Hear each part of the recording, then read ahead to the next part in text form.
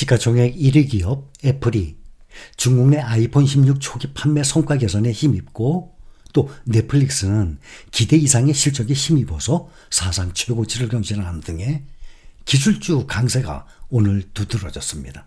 애플은 중국 내 아이폰 16 판매가 지난해 아이폰 15 판매에 비해서 첫 3주를 기준으로 20% 증가했다는 분석에 힘입어서 사상 최고치를 경신했습니다. 오늘 애플이 2.85달러, 1.23% 오르면서 235달러까지 올라섰어요. 애플의 주가가 3달 만에 사상 최고 기록을 갈아치운 것입니다.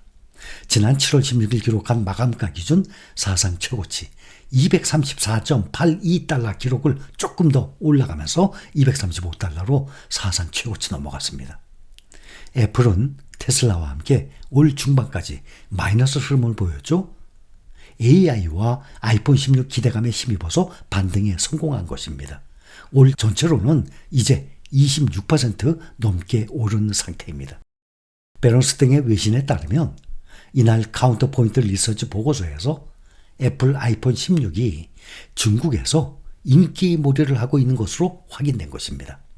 카운터포인트에 따르면 중국 시장에서 아이폰 16 판매는 출시 3주를 기준으로 지난해 아이폰 15 당시와 비교해 20% 더 많았다고 합니다.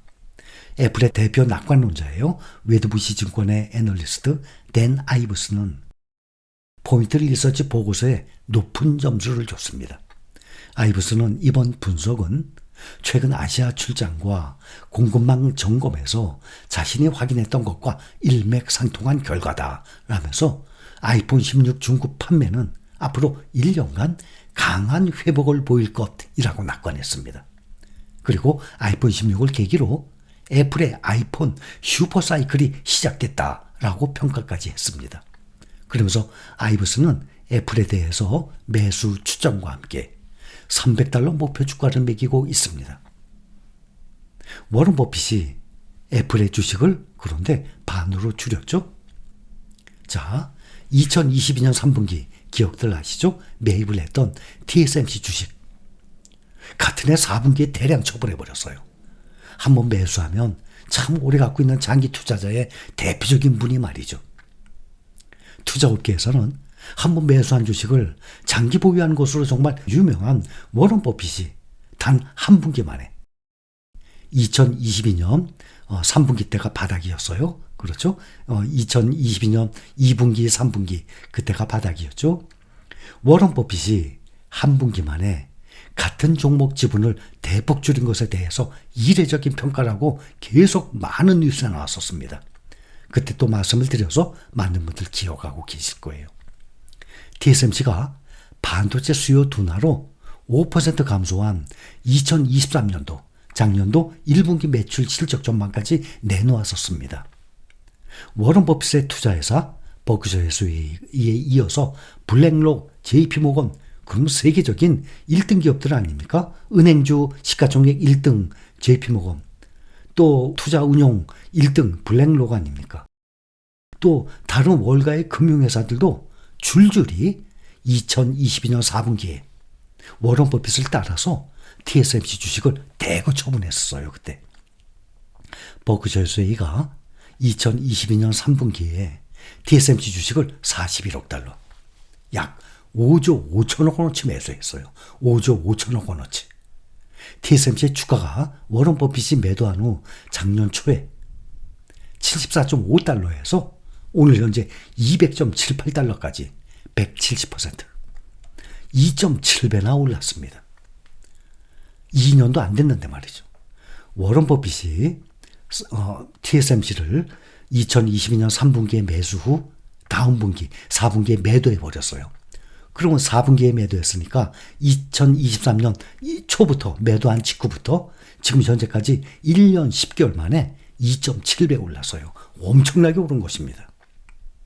2022년도 3분기에 매수했었던 5조 5천억 원 이것이 만약에 팔지 않았다면 14조 8,500억 5조 5천억이 15조로 불어났을 것입니다. 이번에 애플도 대량으로 매도를 한 후에 주가가 현재 사상 최고가를 넘어섰습니다. 지난 지난해 12월 후반부터 애플 지분을 줄이기 시작했어요. 그래서 1분기에 이어서 2분기에도 올해 애플 주식을 대거 매각을 하면서 애플 보유 비중을 절반 이상 줄였습니다. 버크셔 해서웨이가 상반기에만 애플 주식 5억 1천만 주를 매도했다고 밝혔어요. 그동안 보유하고 있던 애플 지분 가운데 약 50% 이상 다 빼냈습니다.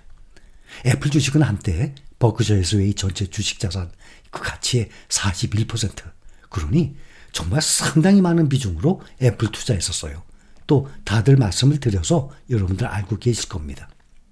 그 정도로 중요한 비중을 차지하고 있었습니다. 워런 버핏 회장이 애플 주식 매도를 결정한 배경은 주가 고평가로 꼽힌다라고 시장에선 보고 있습니다. 애플을 매도한 것은 포처는 버크셔 해서웨이가 애플 지분을 대량으로 사들이기 시작할 때 애플 주가 수익률이 16배에 그쳤다고 분석을 했어요. 근데 대규모 주식 매각이 본격화됐을 때는 딱 2배로, 32배로 2배 수준에 이릅니다.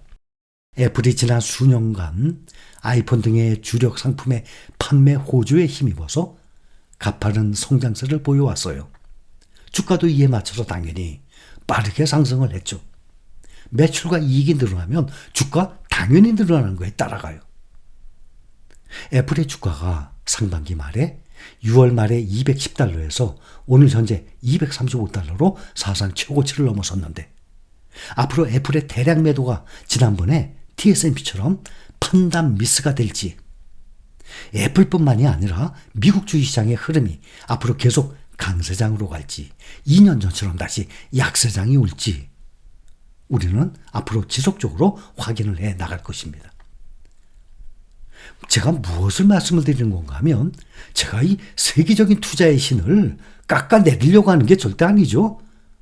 또 당연히 그 누구와도 비교 자체도 할 수 없는 대단하신 분입니다. 저 또한 정말 존경하는 분이에요. 이분뿐만이 아니라 아무리 뛰어난 주식 투자자라고 할지라도 투자 과정에서 전체적으로 보면, 전체 총 투자 수익률 전체적으로 보면 성공적이더라도 이렇게 TSMC라든지 종목별로 세부적으로 들여다보면 여러 가지 실수는 이분뿐만이 아니라 유명한 이 펀드 매니저를 비롯해서 누구든지 이렇게 실수는 계속 발생하는 것이다 라는 것을 말씀을 드리는 것입니다. 이 세상에 아무리 뛰어난 투자자도 본인이 투자하고 있는 모든 주식들을 100% 성공을 할 수는 없는 겁니다. 버크셔는 지난 2분기 애플 등의 주식을 대량으로 팔아서 현금 비중을 지금 역대 최대의 수준으로 늘렸습니다. 알고들 계시죠? 3분기 들어서도 버핏의 원픽 중에 하나였던 뱅크 오브 아메리카 주식 지금 계속 매도해서 지금 10% 이하로 줄인 상태예요. 1999년 닷컴 열풍 때도 워런 버핏은 현금을 쌓아뒀어요. 기술주 매수 행렬에 동참하지 않았었습니다. 또 1974년 약세장 때부터 2008년 금융위기까지 주식에 장기 투자해서 또 큰 수익을 얻은 분입니다.